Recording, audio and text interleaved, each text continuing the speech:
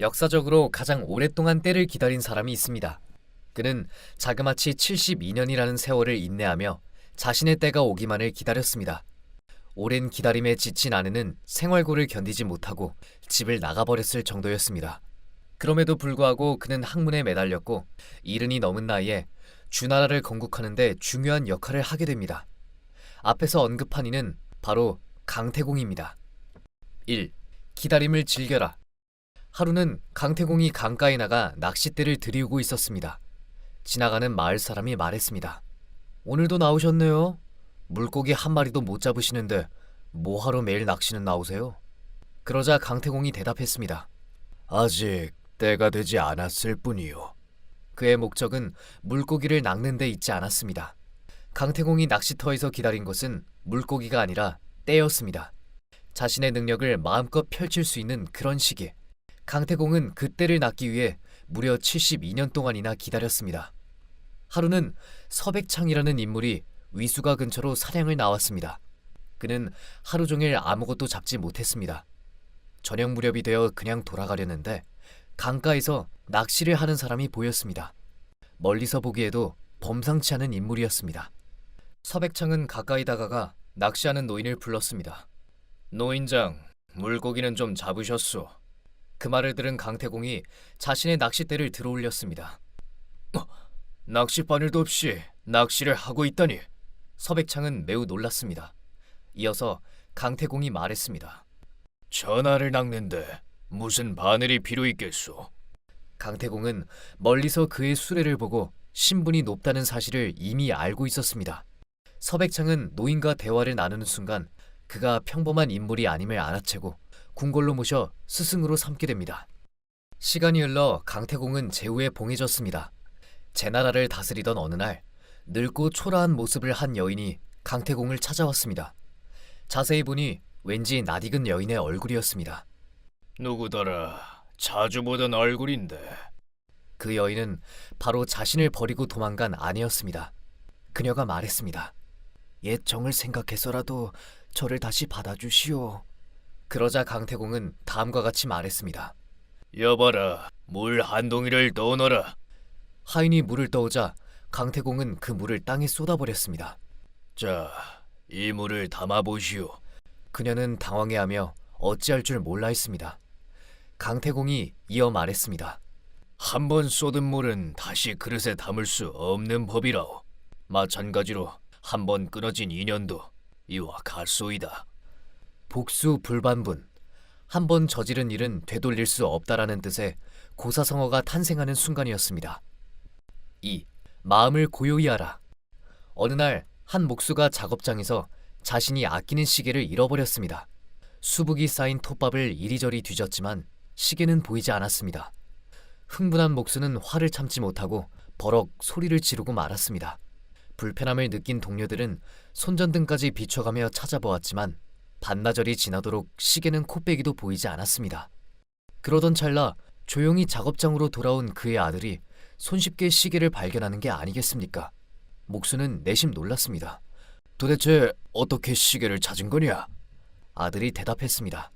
저는 그냥 바닥에 조용히 앉아 있었을 뿐입니다. 그리고 난 후 똑딱똑딱 소리가 들리는 곳에서 시계를 발견할 수 있었지요. 잠깐이라도 고요한 시간을 가져보세요.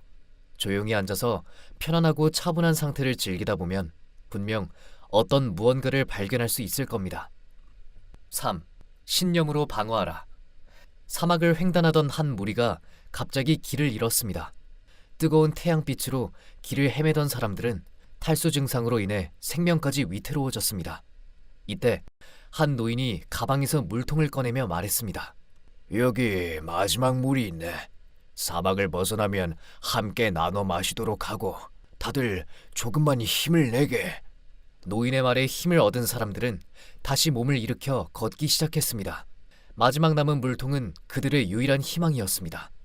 하지만 햇볕이 뜨거워지자 더 이상 갈증을 참지 못한 젊은이가 노인에게 부탁했습니다. 제발 물 한 모금만 마시게 해주세요. 그의 말에 노인은 불같이 화를 냈습니다. 안 되네. 이 물은 사막을 벗어난 뒤에야 마실 수 있네. 지금은 절대 줄 수 없어. 그날 저녁 노인은 물통과 쪽지 하나만을 남기고 자취를 감췄습니다. 쪽지에는 이렇게 쓰여 있었습니다. 내게 사막은 더 이상 무리네.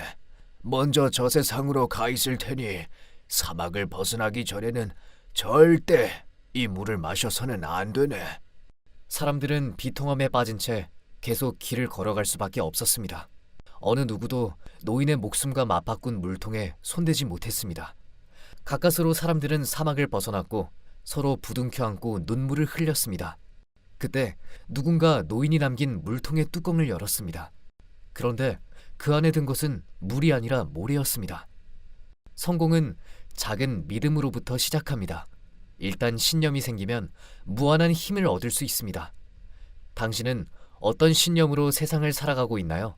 분명한 건 당신의 삶은 당신이 원하는 방향으로 나아간다는 사실입니다. 남곽의 자기라는 노인이 책상에 기대 앉아 머리를 들어 하늘을 보며 길게 숨을 쉬었습니다. 멍하게 앉아있는 모습이 마치 넋나간 사람처럼 보였습니다. 이를 보고 제자인 안성자유가 옆에 서 있다가 물었습니다. 스승님, 오늘 무슨 일 있습니까?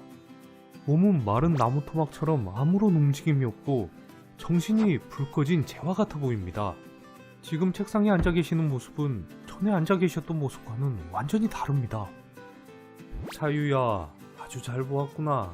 지금 나는 나를 장래 지냈단다. 장자 제물론 편에 나오는 오상아라는 표현입니다. 즉 나는 나를 잃어버렸다. 나는 나를 초상치렀다는 말입니다. 장자 제물론은 남곽자기와 안성자유라는 두 가공인물이 펼치는 대화로 시작하는데 남쪽 성곽에 사는 자기라는 인물이 나를 상실함으로써 새로운 인간으로 변한다는 얘기입니다. 오상아에서 오와 아는 모두 나를 뜻하지만 오는 본래 면목의 나인데 반해 아는 살아오면서 만들어진 나를 가리킵니다. 원래의 나와 만들어진 나 사이의 간극은 시간이 갈수록 벌어질 수밖에 없습니다. 50살은 만들어진 나를 지우고 원래의 나로 되돌아가야만 하는 시기입니다. 아마 50살쯤 되면 대부분 세상이 어떻게 돌아가는지 알게 됩니다. 지금까지 꿋꿋이 버텨왔으니 너무 애쓰지 않아도 괜찮지 않을까라는 생각도 해봅니다. 하지만 우리들의 긍정적인 생각과 달리 현실은 냉혹하기 그지없습니다. 회사에 남아있더라도 옴짝달싹 못하는 처지가 되어 더는 높은 자리에 오르리라고 기대하기 어렵습니다. 가정에서조차 진학이나 취업, 결혼 등으로 자녀가 집을 떠나기도 하고 연로한 부모님을 돌봐야 하는 상황에 처하게 될 수도 있습니다. 이래저래 50대는 여러가지 변화를 겪으며 이제껏 추구해왔던 인생의 목적이나 가치관이 한꺼번에 흔들리면서 위기를 맞이하는 시기입니다. 인생의 반환점인 50대, 과연 우리는 무엇을 준비해야 할까요? 1. 힘을 빼라. 20, 30대는 빨리 인생의 홈런을 치고 싶어 어깨에 잔뜩 힘을 주며 자신이 생각하는 온갖 것들을 손쉽게 이룰 수 있다고 생각합니다. 늘 열정이 넘쳐 있으며 화를 주체하지도 못합니다. 하지만 50대는 다릅니다. 자신을 통제해 나가며 분노가 치밀어 오르는 순간에도 이러면 안 되지 라며 애써 웃으려 노력합니다. 공자는 50살에 하늘의 뜻을 알았다고 해서 지천명이라고 표현했습니다. 하늘이 만물에 부여한 최선의 원리를 알았다는 뜻입니다. 40까지는 주관적인 세계에 머물렀다면 50는 객관적이고 보편적인 경지로 들어섰음을 의미합니다. 어떤 분야든 고수일수록 힘을 빼는 데 능숙합니다. 힘이 빠지면 의식이 균형이 써지고 질서가 잡힙니다. 마음의 여유가 생기고 전체적인 맥락이 보입니다. 지천명은 속이 꽉 찬 제2의 인생의 맛을 제대로 알아가는 시기입니다. 2. 나이라는 프레임에서 벗어나라. 서울대 심리학과 최인철 교수는 프레임을 두고 세상을 바라보는 마음의 창이라 표현했습니다. 그는 어떤 문제를 바라보는 관점, 사고방식, 고정관념 등이 모두 여기에 속한다고 말합니다. 수많은 착각과 오류, 오만과 편견, 실수와 오해 등은 전부 프레임에 의해 생겨납니다. 나이 50이라는 프레임을 두는 순간 우리는 그 안에 갇혀버립니다. 우물안 개구리는 우물 밖의 세상에 대하여 상상할 수 없습니다. 자신이 올려다보는 하늘이 다인 줄 알기 때문입니다. 여름을 잠깐 살다 간 배짱이는 겨울이란 시간을 이해하지 못합니다. 자신이 사는 여름이 다인 줄 알기 때문입니다. 시간과 공간이라는 프레임을 걷어버리면 자신의 한계를 넘어설 수 있습니다. 3. 인간 혐오 괜찮을까? 50년 넘게 살다 보면 인간들이란 하나같이 성가신 존재야. 좌우지간 제대로 된 사람이 없다니까 하고 느끼는 일도 종종 있습니다. 많은 사람들과 어울려서 뭐 좋은 일 있겠나 라는 의문을 품는 것도 당연합니다. 몰리에르의 희곡 인간 혐오자의 제목을 빌려 말하자면 누구나 약간의 인간 혐오가 있다고 합니다. 50세가 넘으면 그런 흐름을 받아들이고 집단으로부터 조금 떨어져도 괜찮지 않을까요? 인간 혐오라는 말을 들으면 성격이 비딱하고 불평불만만 늘어놓아 주위 사람들을 기분 나쁘게 하는 사람을 상상할지도 모릅니다. 하지만 생각해보면 인간 혐오도 성숙의 한 형태인지도 모릅니다. 젊었을 때는 먹고 살려고 아등바등 무리해가면서 나와 맞지 않는 사람들과 어울려 사회에 적응했습니다. 그 결과 지금의 모습으로 바뀌어버린 건지도 모릅니다. 이제 사람들과 조금 떨어져 오직 나를 찾아 떠나는 여행을 해도 괜찮습니다. 인생 반환점, 우리라는 틀 안에 나를 마구 집어넣기보다 자신만의 길을 가보는 것은 어떨까요? 4. 50대 지루함과 친해져라. 지루해할 수 있는 능력은 제2의 인생을 풍요롭게 하는 키워드가 된다고 생각합니다. 일이 없어지고 눈앞에 자유시간이 펼쳐졌을 때 인생을 즐기는데 중요한 기술이 될 수 있기 때문입니다. 또한 지루함은 50세가 넘어서 찾아오는 위기를 극복할 수 있는 중요한 실마리가 될 수 있습니다. 영국의 논리학자이자 철학자인 버틀런드 러셀은 다음과 같이 말합니다. 위대한 책은 한결같이 지루한 부분이 있고 위대한 생애에는 하나같이 지루한 기간이 있다. 위인들의 인생도 두세 번의 위대한 순간을 제외하면 늘 흥분으로 가득한 인생은 아니었다. 러셀은 지루함이 너무 두려운 나머지 강한 자극만을 추구하는 것은 별로 바람직하지 않고 그보다는 차라리 실속 있는 지루함이 낫다고 믿었습니다. 지루함은 우리에게 잠시 쉬며 인생의 큰 그림을 그려볼 수 있는 시간과 공간을 안겨줍니다. 또한 지루함 속에서는 여러분이 알고 있던 각양각색의 정보가 무의식과 만나 배양되고 혼합될 기회를 얻게 됩니다. 모든 일이 그렇듯 명작은 지루함을 이겨내고 탄생하기 마련입니다. 인생 후반전, 여러분은 어떤 변화를 맞이하고 있으며 무엇을 준비하고 계시나요? 감사합니다. 부골님이었습니다. 50 넘으면 정말 조심해야 할 것. 염라대왕이 물었습니다.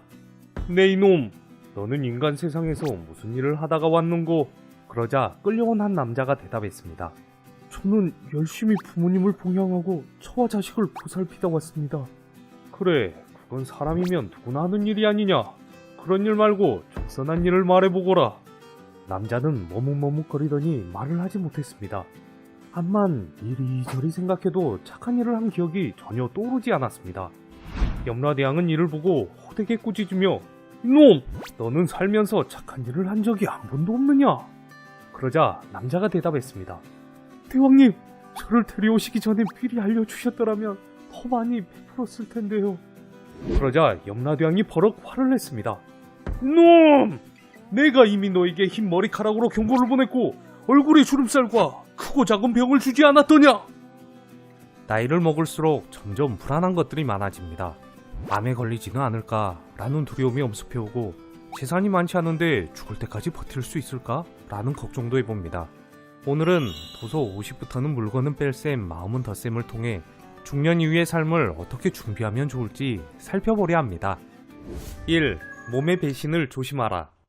50부터는 몸은 생각대로 따라와 주지 않고 심한 경우 몸에 몰아닥친 급격한 변화로 인해 힘겨운 일상이 이어지기도 합니다. 아무리 좋은 기계라 해도 100년 쓸 수 있는 것은 드뭅니다. 그런데 인간은 놀랍게도 관리만 잘하면 이를 100년 가까이 사용할 수도 있습니다. 50이 되어 급격히 체력이 쇠하거나 병에 걸리는 것은 병의 인과를 살피라는 말입니다. 보왕산매론에는 몸에 병이 없기를 바라지 말라고 했습니다. 이는 몸에 병이 없으면 탐욕이 생기기 쉬우니 병을 좋은 약으로 삼으라는 말입니다. 여기서 병은 단지 죽음을 알리는 소식만을 전하는 것은 아닙니다. 오히려 생명을 연장시켜주며 지금까지와는 전혀 다른 삶의 양식을 취하라는 경고 메시지와도 같습니다. 이제부터라도 내가 내 몸의 전문가가 되어야 합니다. 의사나 전문가의 조력을 받되 크고 작은 병을 통해 주변과 자신의 삶을 재해석하는 기회로 삼아보세요. 2. 집단이라는 굴레를 조심하라. 유독 한국인들은 혼자 여행하는 것을 두려워합니다. 나이가 들수록 더욱 그렇습니다. 두려움과 외로움 때문인지 집단이라는 굴레를 벗어나 넓고 찬란한 세상을 바라보지 못합니다. 은퇴를 하고 나서 주어진 시간을 지혜롭게 사용하기 위해 가장 먼저 전제되어야 할 것은 바로 혼자서도 잘할 수 있는 능력입니다. 그러려면 외롭다는 감정과 잘 지내야 합니다. 젊어서는 또래 집단이 최고였습니다. 하지만 나이가 들수록 수많은 오해와 배신, 서운함과 기대의 회오리를 지나고 보니 이제 친하게 지내야 할 대상은 바로 나 자신임을 깨닫게 됩니다. 마흔쯤부터 부쩍 느낀 깨달음은 바깥의 사람들에게 큰 기대를 하지 않아야 한다는 점과 때론 혼자여도 괜찮다는 것입니다. 지금부터 가장 공들여 보내야 할 시간은 나와의 데이트 시간입니다. 당장 시간을 내어 혼자 훌쩍 여행을 떠나보세요. 사소하게 여겨졌던 것들이 소중하게 보이기 시작할 겁니다. 3. 감정 흡혈귀를 조심하라. 50 정도 되면 부와 권력, 명예 등을 이용해 타인을 조종하는 능력이 뛰어난 사람이 생기기 마련입니다. 이들은 조종 능력이 매우 뛰어나 자기가 원하는 대로 상대의 감정을 자유자재로 다룹니다. 때로는 부정적인 감정을 전염시키고 죄책감이나 열등감 같은 감정을 유발시킵니다. 일종의 감정 흡혈기로 무엇보다 자신에게 유리한 상황을 끌고 가는 재주가 뛰어납니다. 때문에 이들에게 잘못 걸려들면 손쉽게 그들의 소나기에 놀아나게 됩니다. 감정 흡혈귀들은 여러 사람들과의 관계를 맺어 막강한 인맥을 구축하며 그 바운더리에 끼지 않으면 안 될 것 같은 공포 분위기를 조성하는 데 능합니다. 이들에게 당하지 않으려면 인간의 욕망을 이해하고 그 욕구로부터 벗어날 수 있어야 합니다. 4. 사악한 마음을 조심하라. 50이 넘으면 마음이 쉽게 흘러넘쳐 금세 밖으로 드러납니다. 젊어서는 예쁜 얼굴이나 위장된 미소로 가릴 수 있던 것도 처참하게 세상에 까발려집니다. 그래서 나이가 들면 자기 얼굴에 책임을 져야 한다고 말합니다. 마음에 있는 것이 고스란히 얼굴로 드러나기 때문입니다. 50살이 되면 마음 통장을 늘 긍정적이고 풍성한 상태로 만들어야 합니다. 마음 잔고가 메마르면 세상을 향해 내뿜는 감정이 부정적이고 사악해지기 쉽습니다. 그리고 그렇게 투사된 감정들은 고스란히 다시 내게 반사되어 옵니다. 분노, 경멸, 혐오 같은 감정은 누군가 꼴보기 싫은 짓을 했기 때문에 표출되는 것이 아닙니다. 평소 자기 스스로 그런 감정을 품고 있었기 때문에 외부로 튀어나온 것입니다. 5. 50세라는 나이를 조심하라. 야 임마, 내가 내 나이였으면 세상에 못할 일이 없어. 50쯤 되면 젊은이들에게 쉽게 이런 말을 내뱉곤 합니다. 당당하게 소리쳤지만 정작 스스로 내 나이에 저걸 할 수 있을까? 고민하며 쉽게 행동하지 못하는 자신을 마주보게 됩니다. 개인도 얼마든지 수십만 명이 시청하는 미디어를 만들 수 있고 전공을 하지 않은 아마추어도 얼마든지 한 분야의 전문가가 될 수 있는 세상입니다. 그러니 오늘부터 당신만을 위한 연구소를 만들어 보는 것은 어떨까요? 내가 정한 분야에서 세상에 하나밖에 없는 전문가가 되어보는 것이지요. 수많은 직업이 사라지는 시대, 여러분 스스로 새로운 직업을 창조해보는 것입니다. 평소 공부하고 싶은 주제여도 좋고 실용적인 분야라도 상관없습니다. 나이는 절대 핸디캡이 될 수 없습니다. 학창시절 의미를 모른 채 공부해야 했던 시기보다 오히려 지금이 더 좋은 기회일 수 있습니다. 끝으로 세상에 어떤 흔적을 남기고 싶은가에 대해 생각해 보셨으면 좋겠습니다. 나이가 들다 보면 이렇게 분주하게 발버둥치며 살아온들 과연 누가 그걸 기억해 줄까 하는 허무함이 엄습해오는 순간이 있습니다. 하지만 저마다 자기가 할 수 있는 방식으로 세상에 긍정적인 흔적을 남기려 노력한다면 한정된 우리 삶이 남기는 여운은 오래도록 많은 이들에게 은은히 미치게 될 것입니다.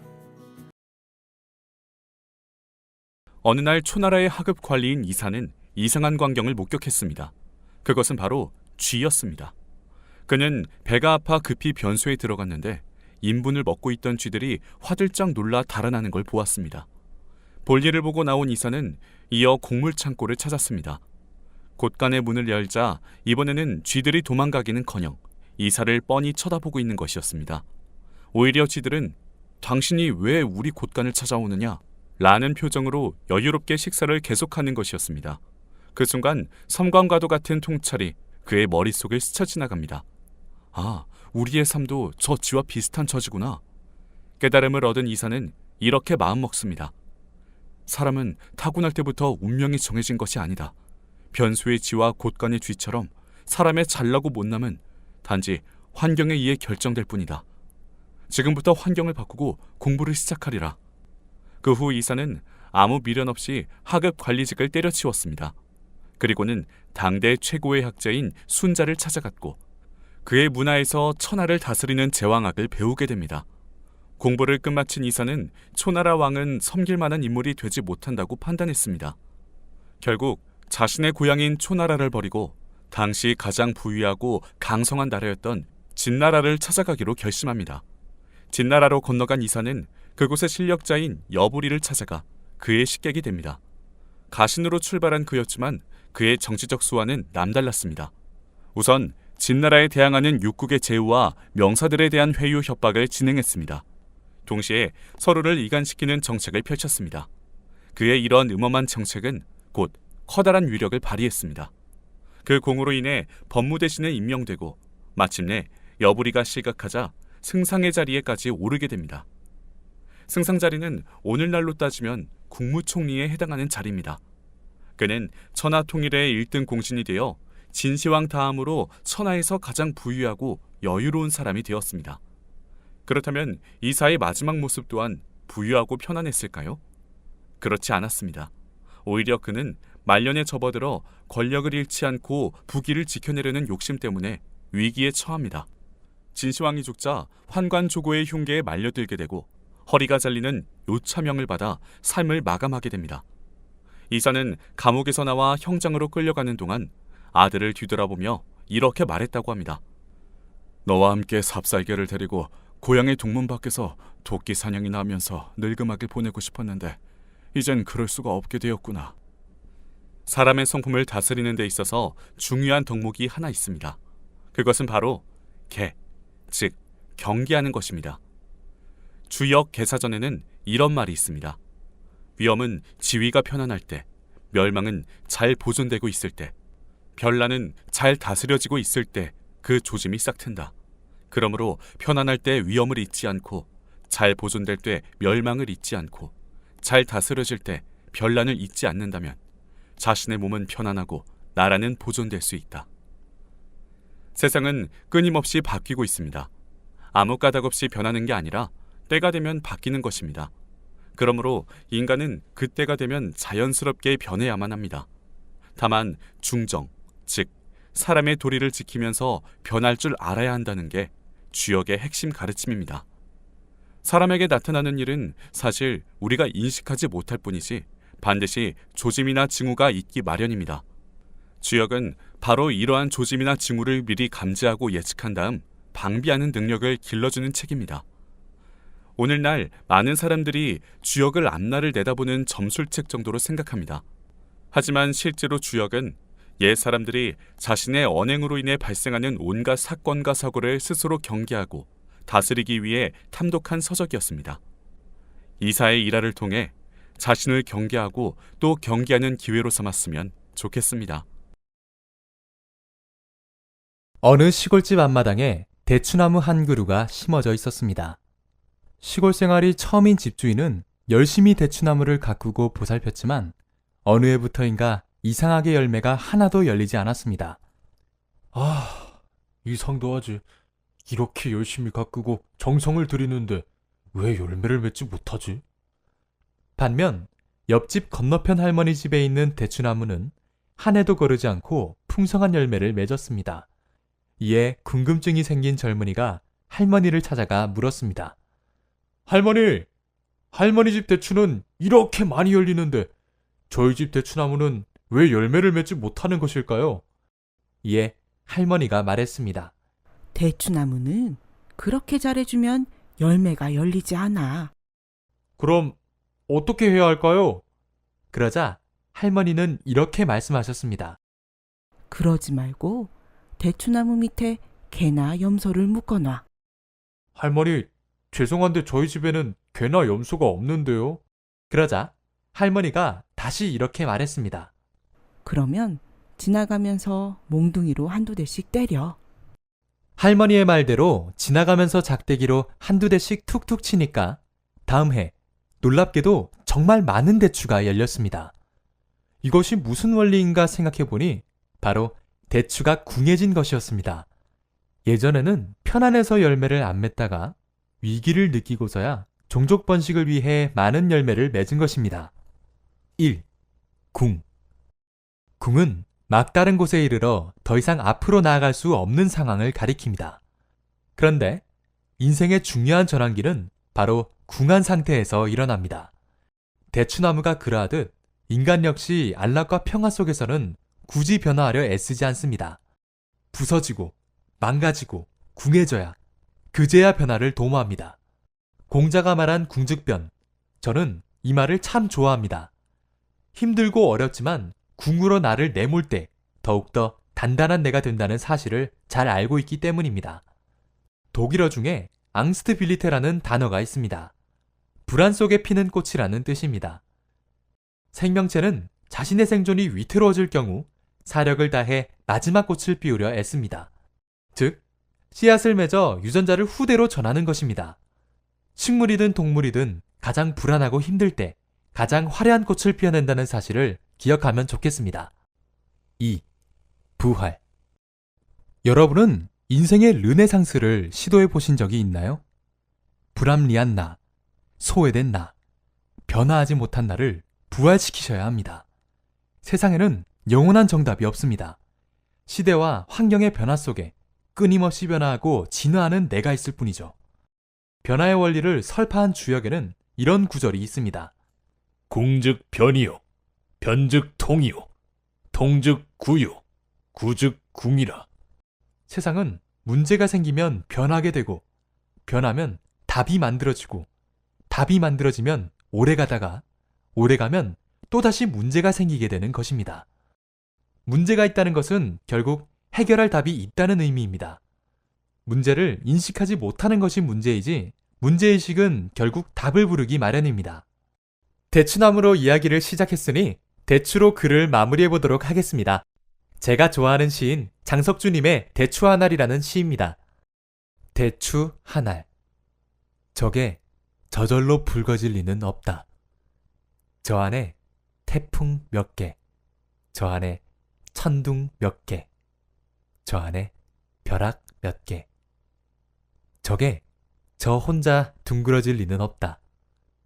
저 안에 무설이 내리는 몇 밤, 저 안에 땡볕 두어 달, 저 안에 초승달 몇 낮. 어느 날 마의 선사가 시골길을 걷고 있었습니다. 그런데 우연히 나무를 하러 가는 젊은 머슴의 관상을 보았는데 죽음의 그림자가 드리워진 얼굴이었습니다. 그래서 안타까운 나머지 그 머슴에게 얼마 안 가서 죽을 것 같으니 너무 무리하게 일하지 말라고 당부했습니다. 그 이야기를 듣고 머슴은 망연자실하여 계곡을 바라보며 탄식하고 있었습니다. 그때 나뭇잎에 매달려서 떠내려오는 개미떼를 발견했습니다. 마치 자신의 운명과도 같아 연민의 정을 느낀 그는 개미떼를 살려주었습니다. 며칠 후 마의 선사는 다시 그 머슴과 마주하게 되었습니다. 그런데 이게 웬일인가? 죽음의 그림자는 사라지고 어찌된 영문인지 젊은이의 상이 부귀영화를 누릴 상으로 바뀌어 있었습니다. 마의 선사는 그동안 무슨 일이 있었는지 물었습니다. 젊은 머슴이 개미를 구해준 이야기를 하자 마의 선사는 크게 깨달아 이런 글을 남겼습니다. 미관 형모, 선상심전, 심재 형선, 형거 심후라. 풀이하면 얼굴의 생김새를 살피기 전에 먼저 마음의 상을 보아야 한다. 마음은 얼굴의 생김새보다 먼저 있는 것이고 얼굴의 생김새는 마음 다음에 머무는 것이다. 1. 관상보다 심상이다. 사주부려 관상, 관상부려 심상이란 말이 있습니다. 사주보다는 관상이, 관상보다는 심상이 중요하다는 말입니다. 유형의 상은 무형의 마음에 의해 지배되어 변화합니다. 예컨대 부끄러운 일이 생기면 얼굴이 붉어지고 기쁜 일이 생기면 얼굴이 환해지며 화를 낼 때는 얼굴이 찌푸려집니다. 모두 무형의 마음이 유형의 상으로 표현되는 것입니다. 공자는 이를 두고 만상이 불여심상이다 라고 말했습니다. 1만 가지의 관상이 아무리 좋다 하여도 심상에는 미치지 못한다고 강조한 것입니다. 결국 운명을 바꾸는 힘은 오직 마음에 달렸습니다. 마음이 선량하면 비천할 상이라도 부귀할 수 있고 그 마음이 불량하면 부귀할 상이라도 도리어 빈천할 수 있습니다. 2. 가장 복을 많이 까먹는 언상. 어떤 사람과 대화를 나눠보면 그가 얼마나 품격 있는 사람인지 파악할 수 있습니다. 그 사람이 하는 말과 태도가 그의 인격을 알려주기 때문입니다. 명예가 높고 지위가 높아도 말의 품위가 없는 사람들이 많습니다. 언상은 관상학을 따로 공부하지 않아도 될 만큼 그 사람의 됨됨이를 단번에 알려줍니다. 때문에 관상보다 언상이라는 표현이 있을 정도입니다. 말투는 그 사람의 복을 가장 많이 까먹는 것 중에 하나입니다. 말은 어찌됐든 조심해야 합니다. 징징거리는 말투, 부정적으로 말하는 방식, 말하면서 인상 쓰는 습관을 버려야 합니다. 말을 했으면 끝맺음을 잘해야 하며 상대방의 말을 듣기 위해서는 먼저 나의 마음을 열어야 합니다. 또한 상대방이 이야기를 하면 끝까지 경청할 수 있는 힘을 길러야 합니다.